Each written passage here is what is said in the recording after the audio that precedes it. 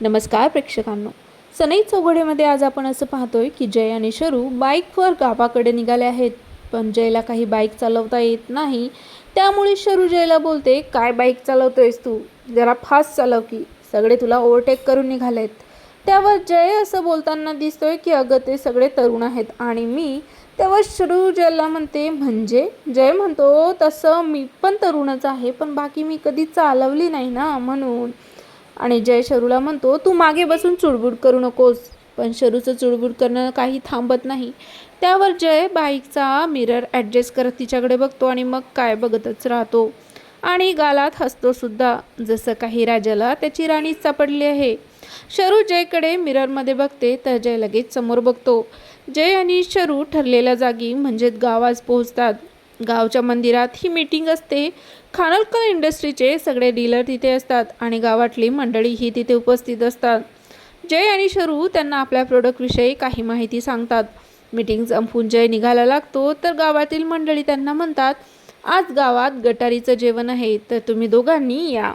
तर जय त्यांना हो म्हणतो. बाहेर येऊन शरू जयला म्हणते, शायनर तू बदलला आहेस, तू चक्क गावात यायला हो बोलला आहेस.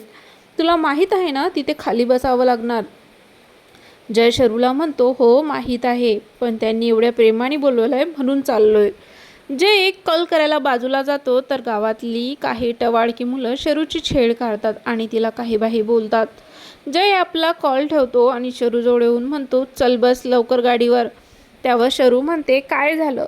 जय काहीच ऐकत नाही आणि बाईक खूप फास्ट चालवतो. ती मुलंसुद्धा शरू आणि जयच्या मागे येतात.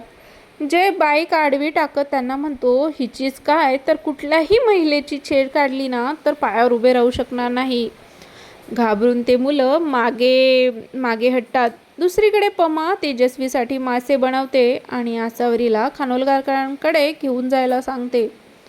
आसावरी समायरासोबत तेजस्वीकडे जाते. बिंदू दरवाजा उघडते आणि समायरा आणि आसावरीला सोबत पाहून शॉक होते. ती लगबगीने तेजूकडे जाते आणि सांगते, आसावरी आणि समायरा सोबत आल्या आहेत. तेजू बाहेर येते आणि आसावरीला टोमणा मारत म्हणते, परबांच्या मुलींना खानोलकरांशिवाय काही करमतच नाही वाटतं. त्यावर आसावरी थोडी गोंधळते. तेजू लगेच म्हणते, गौतम घरी नाही आहे, माहीत नाही का तुला. आसावरी म्हणते, हो माहीत आहे मला, पण मी तुमच्याकडे चालले आहे, आईने मासे पाठवले आहेत.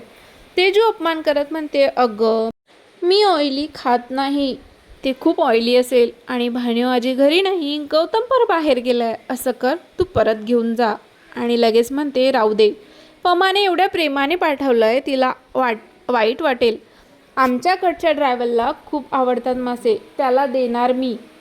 तर आता पुढे काय होणार हे पाहणं खूप इंटरेस्टिंग ठरणार आहे. आजचा व्हिडिओ आवडला असेल तर व्हिडिओला लाईक करा आणि चॅनलला सबस्क्राईब करायला विसरू नका. धन्यवाद.